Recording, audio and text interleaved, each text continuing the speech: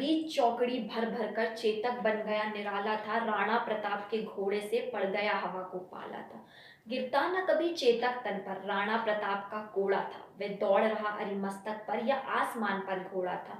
जो तनिक हवा से बाघ हिली, जो तनिक हवा से बाघ हिली, लिखकर सवार उड़ जाता था, राणा की पुतली फिरी नहीं तब तक चेतक मुड़ जाता था। नमस्कार, आप सभी को महाराणा प्रताप जयंती की हार्दिक शुभकामनाएं।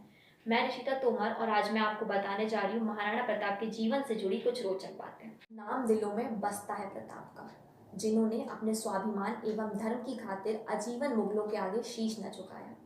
महान योद्धा महाराणा प्रताप का जन्म 9 मई 1540 को राजस्थान राज्य के मेवाड़ के राजपूत परिवार में हुआ।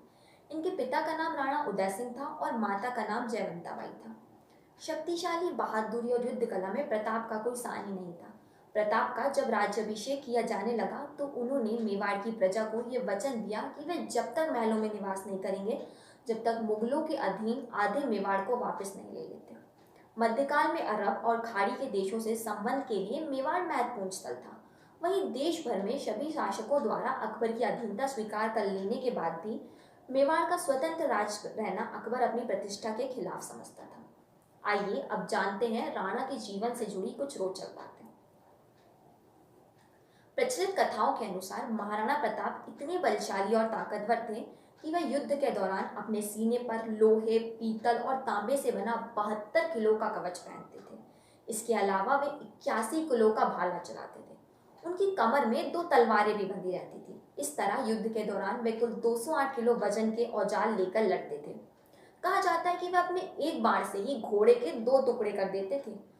15 जून 1586 को ऐतिहासिक हल्दी घाटी का युद्ध लड़ा गया। लड़ाई में मेवाड़ से 20,000 सैनिक और अकबर की ओर से 85,000 सैनिक युद्ध में सम्मिलित हुए, जिसमें प्रताप की सेना ने निर्णायक विजय हासिल की। राणा का घोड़ा चेतक भी बहुत ताकतवर था।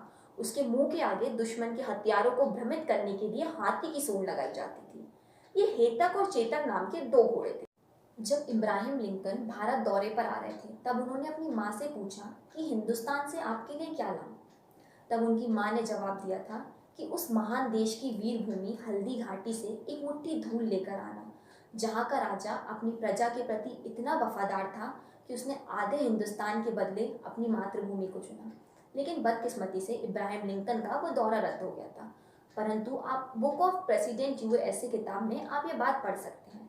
महाराणा प्रताप ने वीरता का जो आदर्श प्रस्तुत किया वह अद्वितीय है। उन्होंने जिन परिस्थितियों में संघर्ष किया वे वास्तव में जटिल थी, पर उन्होंने हार नहीं मानी। विशाल मुगल सेनाओं को उन्होंने लोहे के चने जमाने पर विवश, जिसकी तलवार की झनक से अकबर का दिल घबराता था। वे अजर अमर व शूरवीर महाराणा प्रताप कहलाता था। धन्यवाद।